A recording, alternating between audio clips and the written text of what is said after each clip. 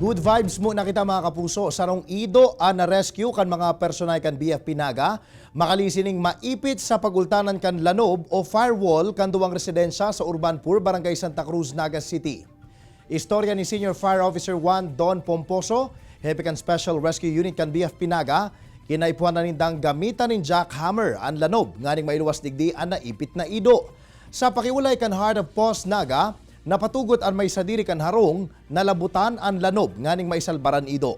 Pigtutubudan man na labi 24 oras na ining naipit sa lanob nin hulita haros day nini makahangos kan makua asin tulos man ining pigdara sa veterinaryo nganing matawanin maninigong asistensya medikal.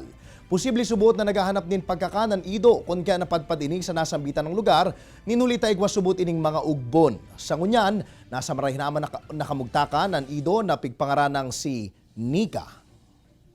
Fulfilling po sa amin kasi yung serbisyo po ng Bureau of Fire Protection ay hindi lang po sa kasi sa tao, lahat po ng nilalang na humihinga at may buhay basta nasa bingit ng ng panganib po rerespondihan po ng tropa ng BFP.